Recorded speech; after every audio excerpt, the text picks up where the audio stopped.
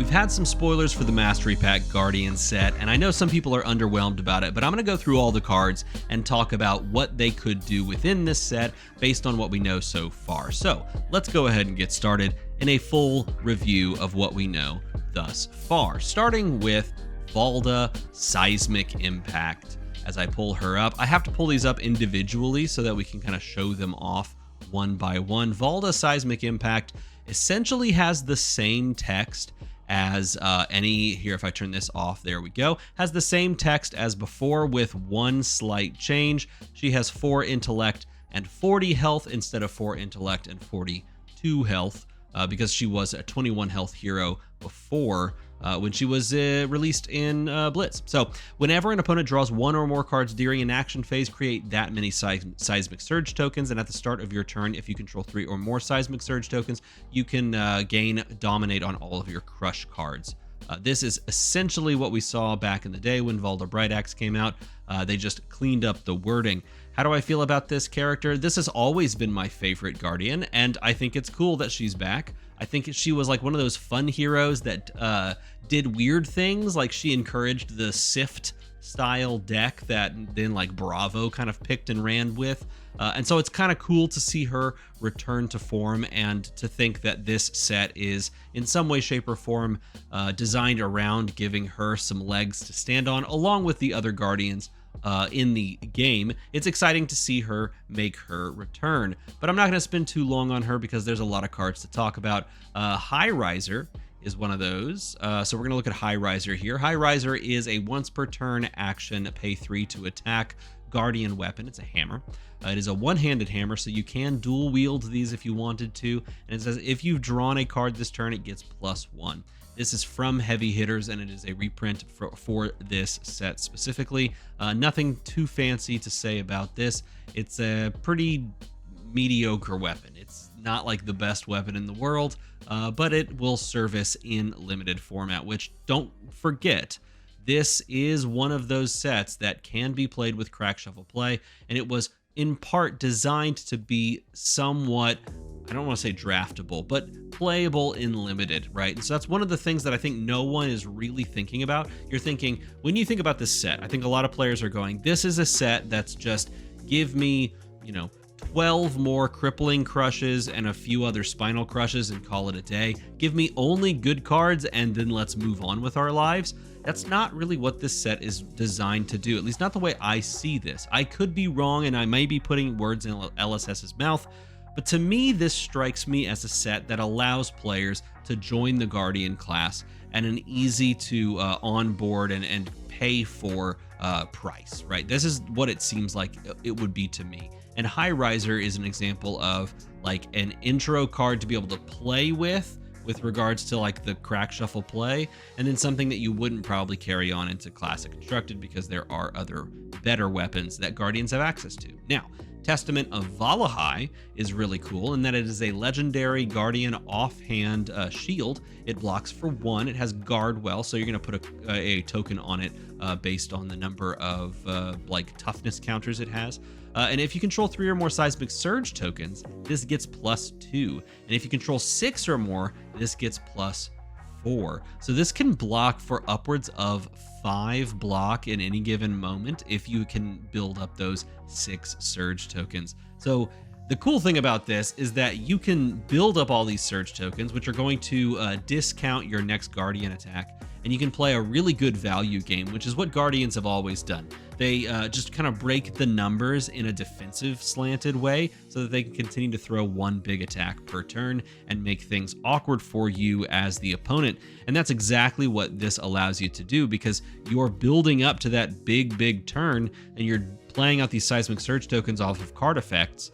And then you can throw this in front of it to protect your hand and protect that arsenal maybe where you're keeping that 1 big attack, and then send it getting above rate on the defense on this weapon. Now, do keep in mind, if you block with that first time you block and it's got the 6 Seismic Surges on the board, you're not going to really be able to block with this again because Guardwell states that you're getting that many counters on it, and at that point, it's basically used up. But if you block with this with like no counters or no seismic surges on the board, you get 1 value out of it. And then you block with 3 on the board, then you're getting an extra 2 blocks, so you've blocked for 3. And then if you do 6, you're blocking for 4. So this can block for a total of pretty solid 7 across the board, or, you know, in a pinch, it can block for like 5, which is very, very cool if you can set it up. Is it going to be good?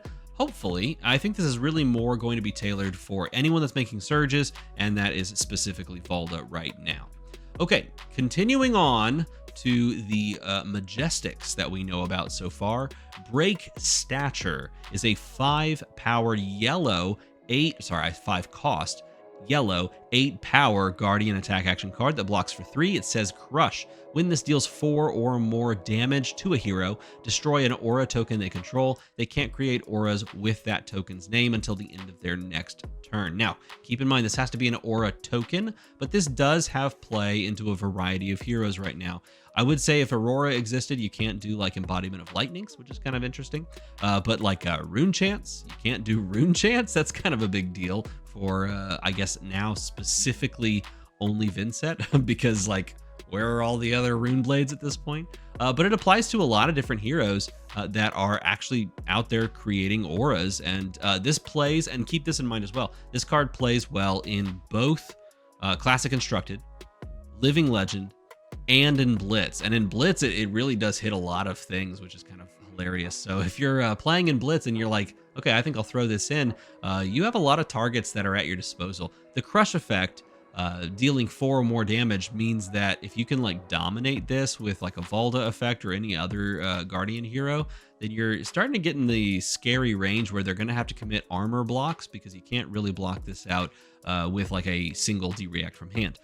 Which makes this a pretty solid overall card. Now, we come to the other side of things in this set, and that's the Clash side of things. Clash is making a return, and I think it looks really cool. This art looks incredible, and I'm just going to say it. That doesn't look like a Guardian. That looks like Kasai. Just saying, it looks like Kasai. But it costs 4, Clash of Bravado. It attacks for 7, blocks for 3, and it says when this defends, clash with the attacking hero. The winner destroys an aura the other hero controls. Again, this does have the capacity to hit a variety of different heroes to a variety of different degrees. Now, this one does not hit a token aura, so any aura that's on the board can just be removed by this just from defending. So that means you could remove the Verdance aura, the one I'm forgetting the name of, the Ring of Roses. Ring of Roses. You can remove this because this is an aura, as you see there.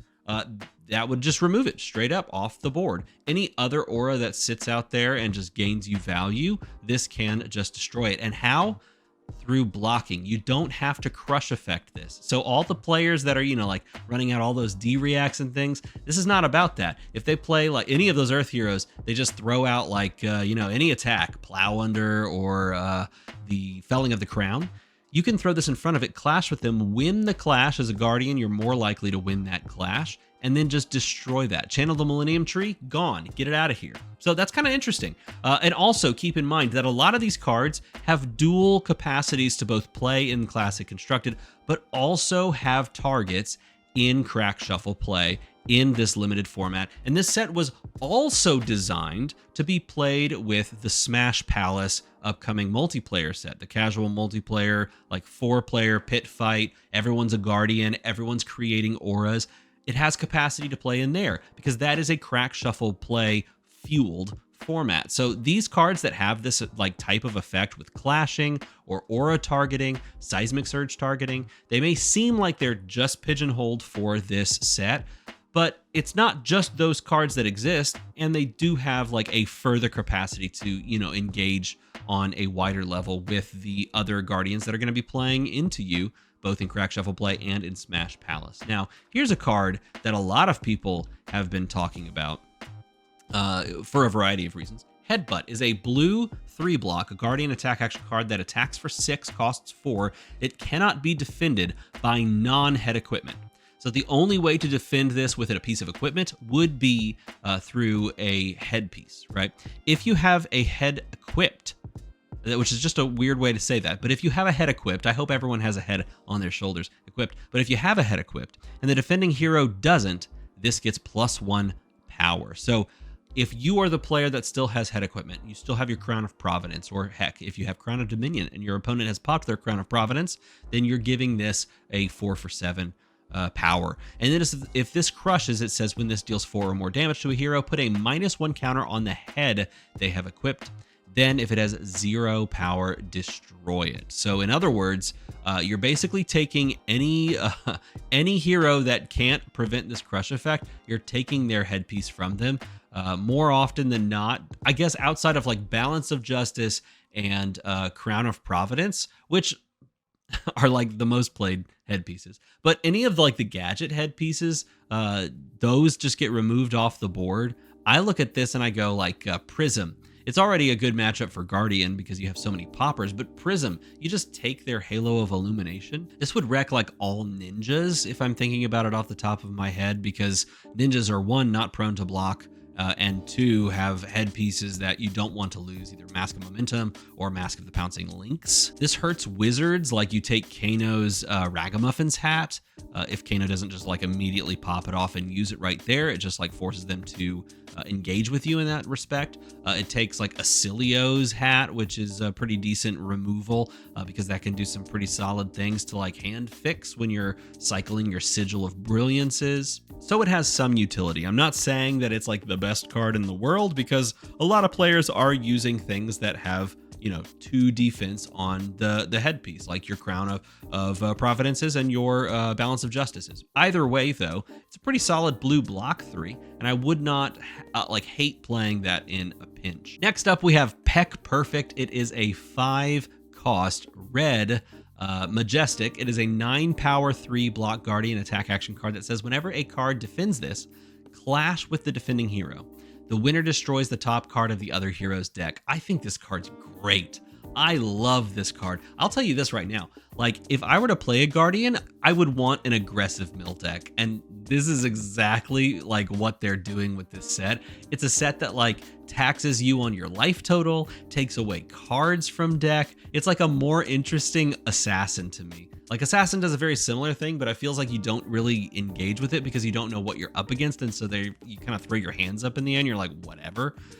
This, you're either giving up life or you're giving up a card or cards from the top of your deck just to try and block some damage. I think that's very cool. I like this card a lot, and I think it's very good as well. Tell me in the comments below if this is the best card that we've seen from this set so far, period, end of story, out of the 40 cards that have been spoiled. I'm very curious to know what other people think. I think this one's insanely good. There's one other card that we'll talk about here in a moment that's also insanely good. But next up is Put Them in Their Place. Put Them in Their Place is a Valda specialization, as you can see right there.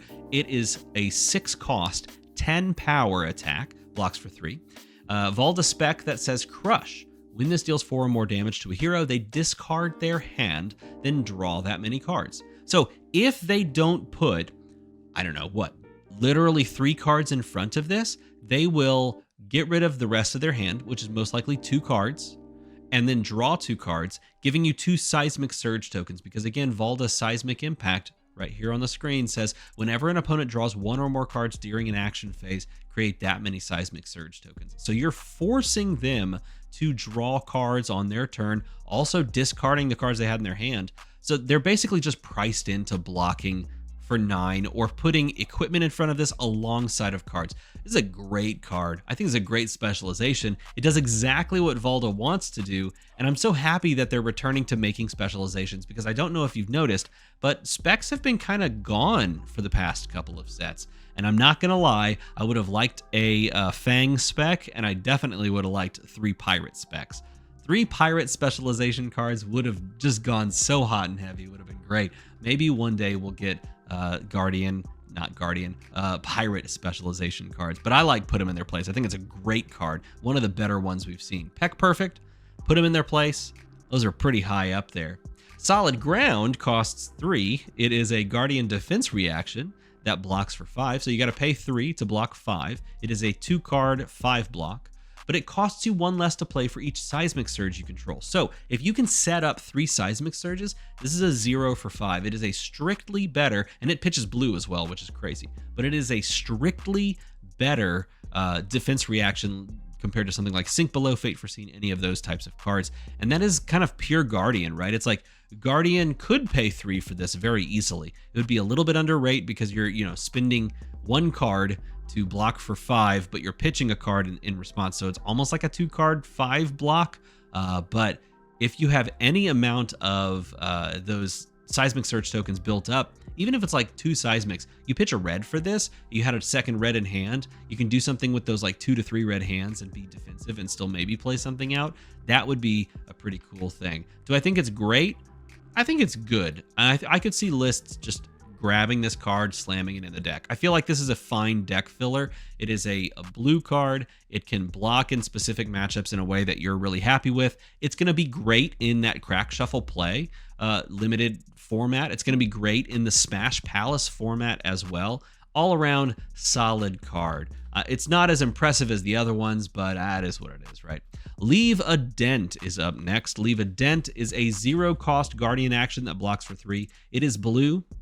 It is still Majestic, and it says your next Guardian attack this turn gets Crush. When this deals 4 or more damage to a hero, destroy the top 4 cards of their deck. Now, the cool thing about this is that this is a card that literally just gives an effect, but the effect is quite powerful. Is this effect worth an entire card? Yes, if you can put Dominate on whatever you're attaching this to. But the very interesting thing, and this is what the art depicts, is that you can put this on a hammer. So even on an off turn, if you have like, you've blocked 2 cards and you have this and another blue in your hand, you could swing a hammer and they have to respect it. If this deals 4 or more damage, if that hammer deals 4 or more damage to a hero, it blows up 4 cards. Maybe they don't care about 4 cards. Maybe it's a race matchup. And so they say, fine. But because you have this type of card in your deck, you could pivot that race matchup at some point into a fatigue one and just be like the classic Guardian move where you're like, yeah, I'm being aggressive, but now we're in like 10 life total range. I'm just going to block up and you're slowly going to run out of threats. And I think this card facilitates that nicely. And it's going to fit very interestingly into that aggressive mill type deck.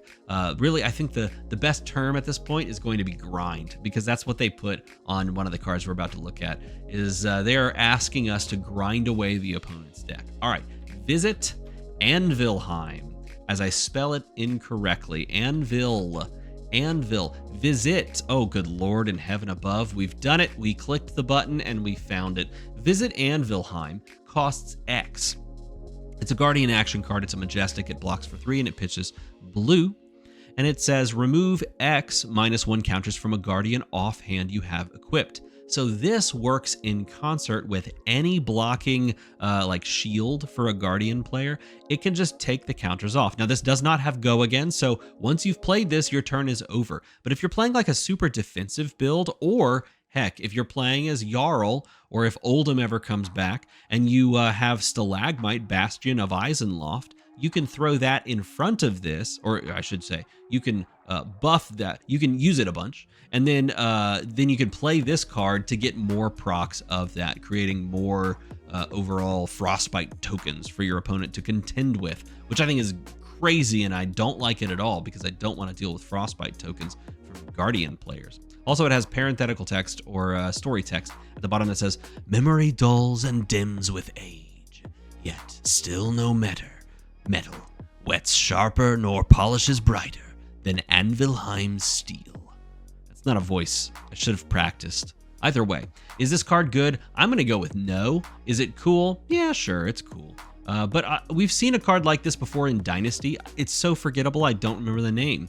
But there's like hammers and like a thing. Is it good? No, probably not. But I could see this like being like a fun, weird, off-meta deck that you could play. People do those, right? They should do those. All right, Daily Grind, which is just such a good name for a coffee shop. Daily Grind is a 0-cost blue Guardian action aura that blocks for 3, and it says attack action cards you control get, when this defends, clash with the attacking hero. The winner destroys the top card of the other hero's deck. At the start of your turn, you destroy this aura. So essentially, all of your attack action cards that you block with on the following turn can just start chipping away at your opponent's deck. Because you're a Guardian, you can build around this. And of course, if you're like Victor, you can maybe even crack a gold to sync a card from your own deck and win because maybe you hit like another copy of Daily Grind or something like that, right? But I could see there being like this really annoying Victor deck that has these big attacks that you could just throw whenever, or just turtle up and then start milling them out that way. Is it going to be fun to play against? Probably not. Is it going to be fun to play? Probably so. Is it going to be good? We'll find out together. Either way, I like this card, and I like that it's pushing that new mechanic and that new archetype that we could be seeing come to fruition. Seismic Eruption costs 0, and spoiler alert, Guardian instant at yellow, create 3 Seismic Surge tokens. So if you were wondering how you're going to get 3 Surge tokens so that you can play Solid Ground, well, Seismic Eruption. Now, do you really want to go Seismic Eruption Solid Ground? Maybe. What is this? Like, if you're looking at numbers, this is giving you 3 resources, like, as a discount on your next attack. Let's just say you're going to discount as Valda. You're going to discount, put them in their place. So it will now cost a blue. So off of a 4-card hand, and that 4-card hand being a blue, put them in their place, Seismic Eruption, and Solid Ground, you can now go on the opponent's turn, play Seismic Eruption, get 3 resources to float for next turn, which turns this yellow into a blue, which is kind of cool to think about. Play Solid Ground to defend for 5, and then play Put Them in Their Place. It is a 4-card, 15 value hand, and if the crush comes through, then you're forcing cards out of their hand even more and setting yourself up for the next turn. Is that like feasible? I don't know. I honestly, though, I could maybe see like a Valda deck running like 1 copy or maybe 2 copies of this, unless like they just straight up build around this card and it just becomes like the I don't even, what's a good connection point?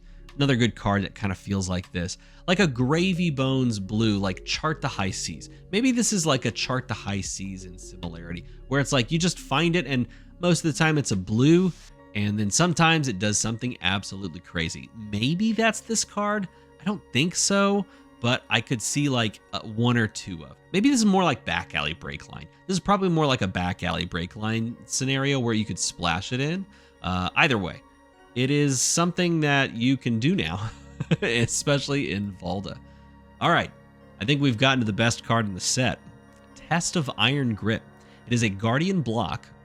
It blocks for 4, of course. It's red. And it says, when this defends, clash with the attacking hero. If there is a winner, the other hero discards a card. Now, the crazy part about this is it's good against like almost everybody. This is insane against any deck that doesn't really want to block and just wants to keep their hand and throw it at you. This card is an immediate 3 of into every Guardian deck going forward. Like, this is the epitome of grab this set and find these cards because it will upgrade your Guardian deck, which is something they said in the Mastery Pack page on the FabTCG website. This does exactly that.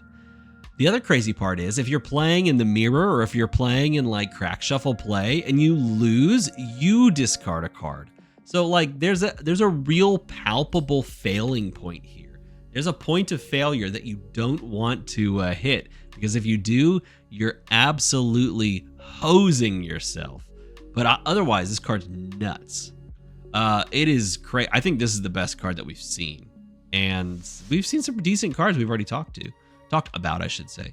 It's hard to talk and type at the same time, but I'm pulling up the next card because the next card is Blinding of the Old Ones. Blinding of the Old Ones is one of the Old Ones cycle. There's like multiple Old Ones cards, and we've seen these. This one costs 6. It attacks for 10. It blocks for 3, and it has a crush effect, but it also has heave 2. So at the end of your turn, you can pay 2 during the end phase. Pay 2 resources, put this face up in your arsenal, and create 2 Seismic Surge tokens. Which would make this cost 4. I like that this is not heave 3, pitching a blue and then setting this up for like a 1 pitch 10 power attack. That'd be crazy. Either way, the crush effect says when this deals 4 or more damage to a guardian hero, cards they own lose all abilities during their next turn. Now, this is specifically against guardians, so it is more, in my mind, tailored for the limited play that this set provides and the Smash Palace play that it provides. Nevertheless, these cards are going to look incredible. Look at this. Are you kidding me? Are you kidding me? That looks insane. And look at the next one. Look, Disenchantment. Disenchantment of the Old Ones. Holy crap. Like, these look great. Disenchantment of the Old Ones costs 6 as well. Does the same sort of thing. This one has Crush. When this deals 4 or more damage to a guardian hero, destroy all auras they control. And then the other one, we know Smelting of the Old Ones. I think this one might be my favorite. Look at that. It's got Tomeltai on it, but it's got a big old hammer. That's so cool. Also costs 6, 10 power. This one says Crush. 4 or more damage dealt to a guardian hero, specifically destroy all equipment they control with -1 counters. Now that is a silver bullet in Classic Constructed. If you are playing a Guardian Mirror, which is a crazy thing to say because it's been so long since that's been a thing, right? But if you are, and you have this card in your deck, like as a sideboard card, you can crack that matchup in half, which is bonkers. I think that's really, really cool. I'm very interested to see how these 3 cards play. I don't know if they would really make the cut outside of limited play. I would probably say no, but man, do they look pretty, and those are some really, really powerful effects in the mirror specifically. Okay.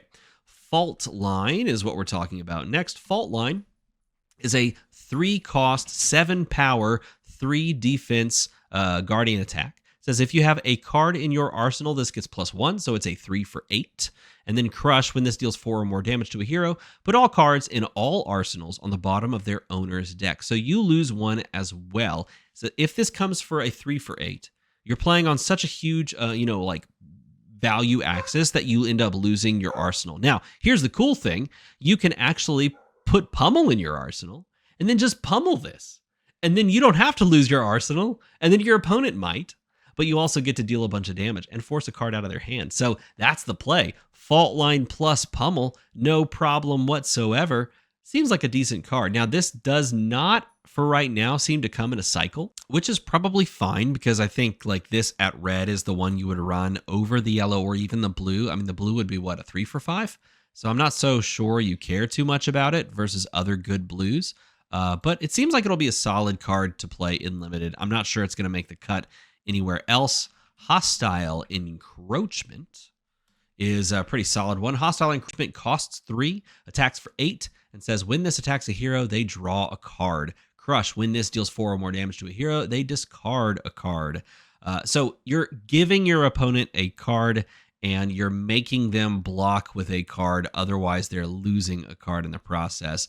The bad thing about this card is most of it. Most of it's bad if you're playing in like Constructed. If you're playing in like limited formats where the deck is like a solid 30 cards, it's still bad. Yeah, I think it's just still bad. The interesting thing, though, is that it creates interaction. That's the biggest part about it, is that it creates interaction. You're forcing your opponent to give you something.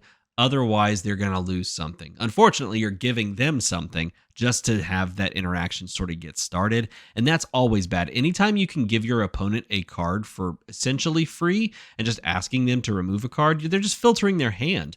You have to be like way up on the exchange here for this to ever be like okay to just give them a card. And this card does not do enough of that. So this is the first, in my opinion, this is the first truly bad card I think that we've seen thus far. And it's a rare and it doesn't come in a cycle, so you don't have to worry about that. Am I missing something on this card? I don't know. Just seems not good. Either way, we can move on to Renounce. Renounce Grandeur. Renouncing Grandeur costs you 3. Attacks for 7, blocks for 3. It says if the defending hero controls an aura token, which is a lot of heroes in Classic Constructed, this gets +1. So it's a 3 for 8. Crush. When this deals 4 or more damage to a hero, they can't create aura tokens during their next turn, which does have utility in the, like, look, there's a lot of heroes right now that create aura tokens in a variety of ways. Like over the last year and a half, aura tokens have become a very big part of Flesh and Blood. And this is just a solid like attack. Does this have enough staying power, enough like overall power to make a cut in a classic constructed deck? Honestly, it's not further off than some of these other cards. Like, this is not too terribly far off to just make it as a red. There are some great reds, though, in the game, which is kind of tough, specifically for Guardian. Like, there's great Guardian reds, and you don't want that number to be too high, because then you run into, like, the thing that we were doing back in Alpha, where you had all these great red attacks, and, like, less than half of your deck was blue, and you realized, oh, yeah, this doesn't work at all. But at least this one costs 3. So if you end up with somehow like some crazy all red hand, you just don't block and send this. I guess that functions. You could do that. But this one's not too terribly bad. Macho Grande comes back in some sweet new art. This one looks really good. Macho Grande is often played in blue. As you can see here, it is a blue dominated 8, and it is quite good in that respect. I think it's going to be quite good in the limited format. If you're playing Crack Shuffle Play with your friends, this is a great card to find in your packs. If you're playing in the Smash Palace format, this is a great card to find in your packs, period, end of story. It will be a great card to find at the end of the game and then throw at your opponent to win the game. And it's a nice inclusion here. This is part of what I want them to do with this set. Don't just give brand new good cards. Reprint the old good ones that people are already including in their decks. Just throw them back in there and allow people to pick them up in an easier form and facet, and all in one central location, which is why I think this is a good set fundamentally, at least based on what we've seen so far. And we have seen 40 out of, I think, 70 new cards. And well, actually, that's not true. We've seen less than 40 because here we are with a reprint of a card that we've already seen before. So less than 40 of the 70 cards that are new have been spoiled to this point. And this is one of those reprints that I think is a slam dunk because you already play it. Like, people are already playing this as a win condition at the end of the game. So it's a great card. And I'm glad to see that this is one of the reprints they're including. Draw a Crowd costs 2. It's an aura. It says go again. When this enters the arena, each hero draws a card. So again, you don't want to be giving your opponents cards for no reason, but we have seen certain cards, like for example, This Round's on Me, do that in the past and be played. So what does this do to make up for it? Because This Round's on Me was one of those sideboard cards that you would side into a deck that wants to go super wide because it would -1 all of those attacks, right? So if you played that card, you were looking to get like 4 value out of the -1s. If you didn't, then like the card that you gave them is probably worth more than like that 3 value or less, right? So Draw a Crowd says at the beginning of your action phase, destroy this. Then the next Guardian attack action card you played this turn gets +3. So this is a +3 for the next turn, but the danger is that you're giving your opponent a card. Now, when would that be good? Well, it would be pretty good if this gave a +3 power and a -1 discount on your next attack. And who does that? Valda, because you're telling your opponent to draw a card. You're telling yourself to draw a card as well. And in doing so, you're getting those seismic surges to float over for next turn. So this, in essence, ends up becoming like a 4 value card or a 5 value card at least, so that you're getting more value out of it and kind of exchanging that card for that you're giving your opponent for extra value. So in exactly Valda, this is a card that I could see being played. If you're not playing Valda or like the chest piece, then I don't see you touching this card too terribly much because I don't think it's going to do enough for you and you're giving your opponent so much extra. Promising Terrain says 0 cost, blue pitch. It's another aura. It blocks for 3. This is a rare still. Go again. If you would create 1 or more Seismic Surge tokens, instead create that many +1. At the beginning of your action phase, destroy this. Then if you control 3 or more Seismic Surge tokens, draw a card and gain 1. This card's nuts. This card's really, really freaking good. This is like Mordred Tide for Valda. Like, this is a rare too. Obviously, it's not going to be coming in a cycle because it's a blue only. But like, this card's really stinking good because it does the +1 thing for Seismic Surge tokens, which there is diminishing returns on Seismic Surge tokens. You get to this point where you're like, okay, I don't need 6 seismics, 7 seismics, 8 seismic surge. There's no point in any of this, right? But the cool thing is once you hit that, like before you hit that, you're like, I could really use that because my hand converts in a completely different way. You could build the deck in a completely different way to convert hands like that, right? So this card enables a different form of deck building, and it gives you a new way to hit that ceiling of like, I don't need any more than like 5 seismic surges so that my next attack is free. But then on top of that, this card, if you have 3 or more, replaces itself and gives you a life. And at the beginning of your action phase, you draw that card. Now, I don't believe at the beginning of the action phase. No, actually, I think it does because it's the action phase. At the beginning of the action phase, I believe this would trigger Valda as well. Put Valda up on the screen. Oh, we'll do the right Valda. There we go. Whenever an opponent draws an action card. Oh, no, it's her chess piece. The chess piece is called Earth Lore Surge. Bounty, excuse me. Whenever you draw a card from the effect of an action card, create a Seismic Surge token for each card drawn this way. So again, if we go back to it, and Valda classically has played that chess piece ever since it came out in Everfest, Promising Terrain triggers off of that. So you're getting a card to replace this card, you're getting a life, and you're getting 1 Seismic Surge to float for the next turn. So this does like a lot. This does a lot. You have to be able to build around this card and play it out, but I feel like this is insane if you're Valda, right? Windmill Slam 3F, am I right? I don't know, but it seems like it. Clash of Mountains. Moving on, Clash of Mountains has incredible art. It says, it's 4 cost. It's red. The yellow and the blue also, this one does come in a cycle, so you do have a yellow and a blue version. The red is for 8. The block value on this one is 3, as I say that in the weirdest way possible. And it says, when this defends a Guardian attack, clash with the attacking hero, the winner creates a Seismic Surge token.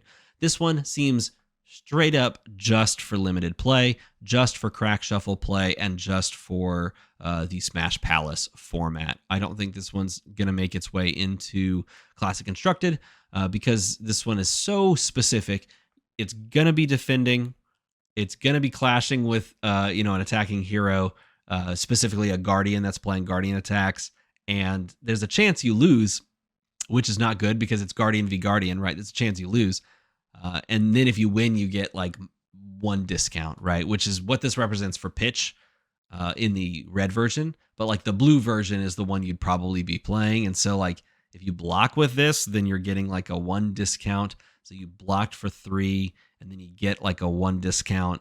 But you could also lose and give your opponent a 1 discount. This doesn't seem like a card that you would ever want to play in Classic Constructed. But I could see you wanting to play like the reds and the blues of this in those limited formats because you'd be going pretty decent on the attack power, 4 for 8 and 4 for 6 on the blue. Flatten the Field. Next up, costs 4, blocks for 3, attacks for 8. Again, this one's also a cycle, and this one says Crush. When you deal 4 or more damage to a hero, destroy a Seismic Surge token they control. Basically, copy what I said for the last one, paste it onto here, but this one's probably better because it's not based on clashing that you could lose. This one's literally just if they don't block you correctly or if they don't care about it too much, they lose a Seismic Surge. So I think this one's better than that. Grind Them Down. This one's fun as well. This one says it's a 3 cost, 7 power, 3 block Guardian attack action card. And this one has the Crush effect that when you deal 4 or more damage, destroy the top card of their deck. If the archetype exists, if the archetype of grinding your opponent down through their deck exists, this would probably make the cut. At the very least, it would be blue first. Like you would play the Grind Them Down blues, and then you would go out from there. But yeah, this one seems pretty solid in that exact archetype, and maybe good enough to just play as a blue if you feel like you don't have enough blues. But I feel like you have like all those blues covered, like Debilitates and Decel. You have all the blues already. So I don't know if this pushes those out unless you're specifically playing a little bit more like grindy and taking out cards from their deck.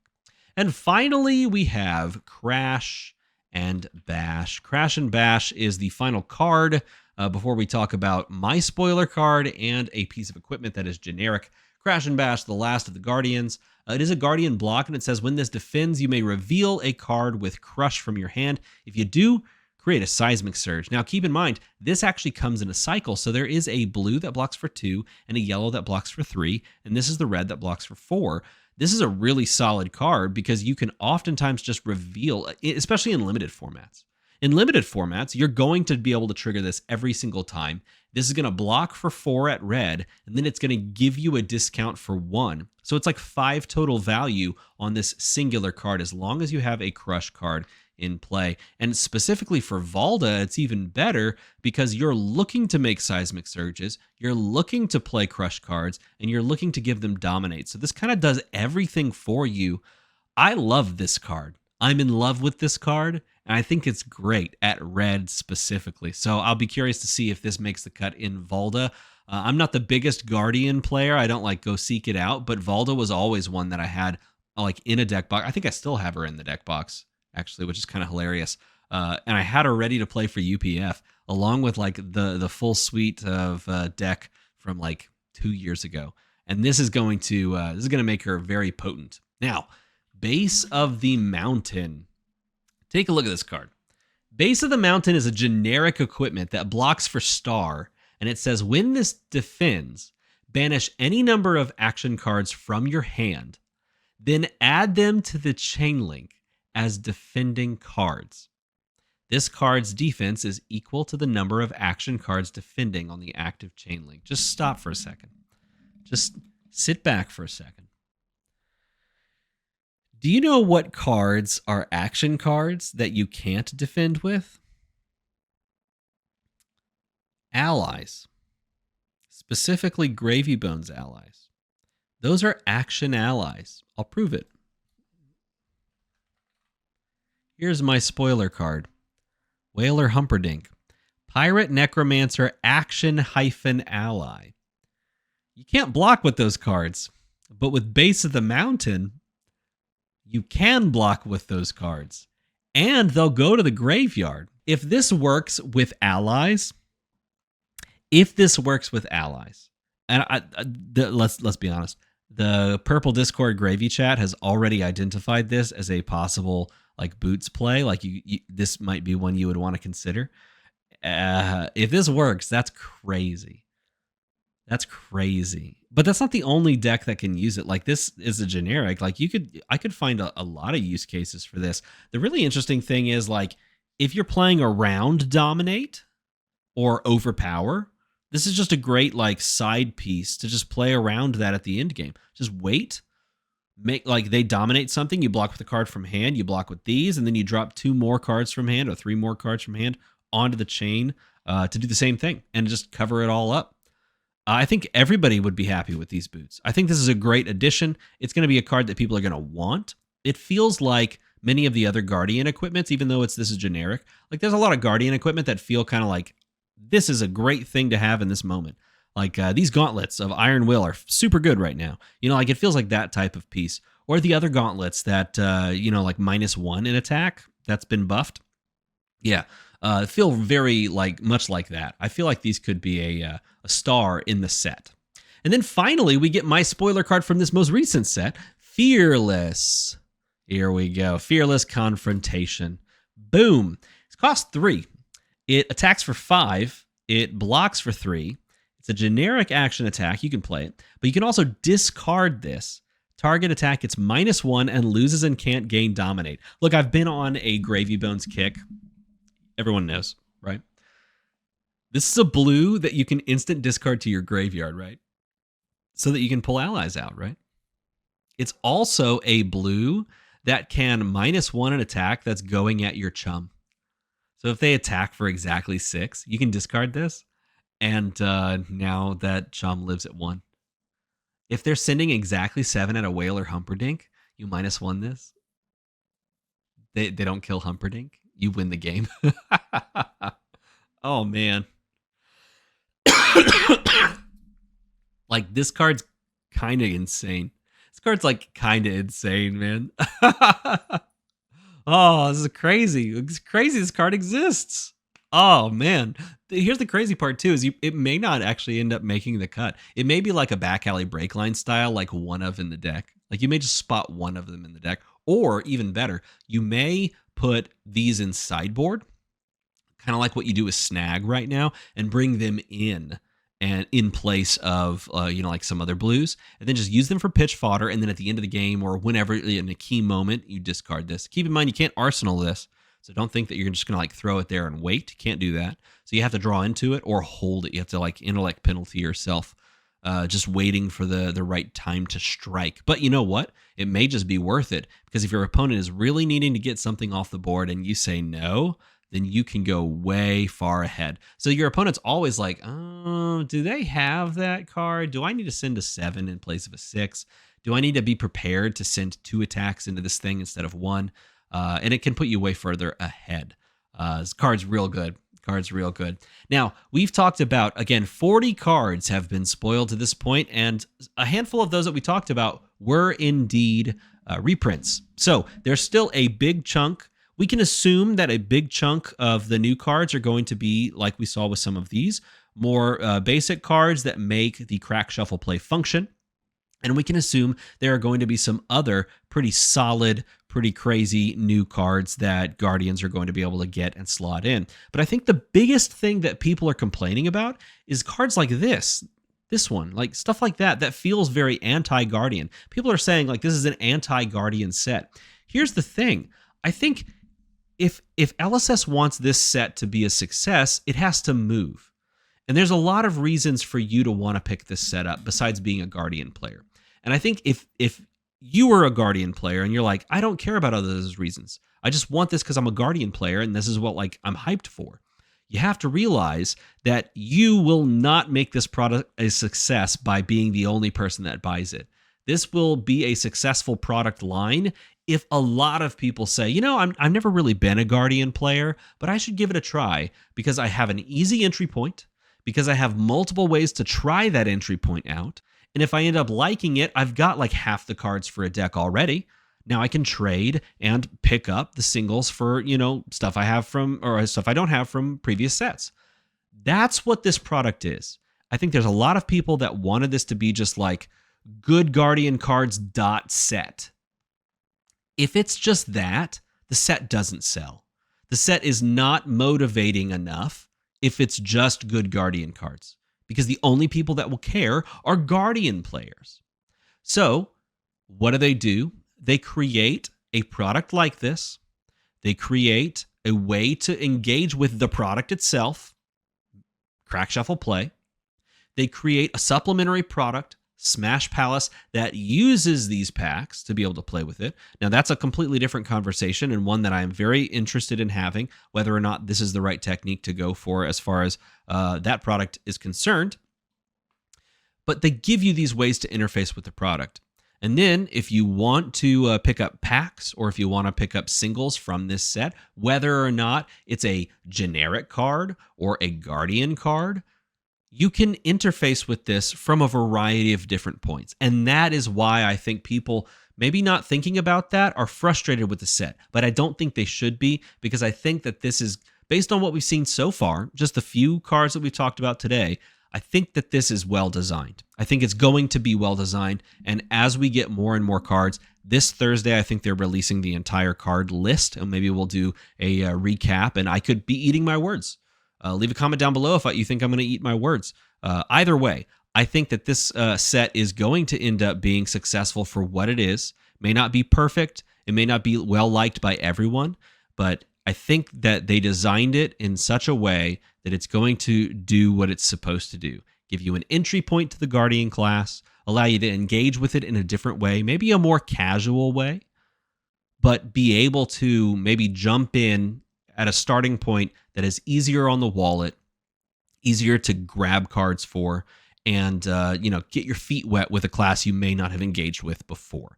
That's what I think the purpose of the set is, and if that is the case, from LSS's perspective, I think that they're doing a good job with this product, and I would like to see them do more with Mastery Pack Pirate and Necromancer and Warrior. I think that'd be great. Do all of those Mastery Packs for all of them. Or, put it down in the comments below if you think there's a better candidate for the Mastery Pack. If you like this long-form content, let me know that in a comment below. And as always, everybody, make the number go to the other number. And thanks for watching.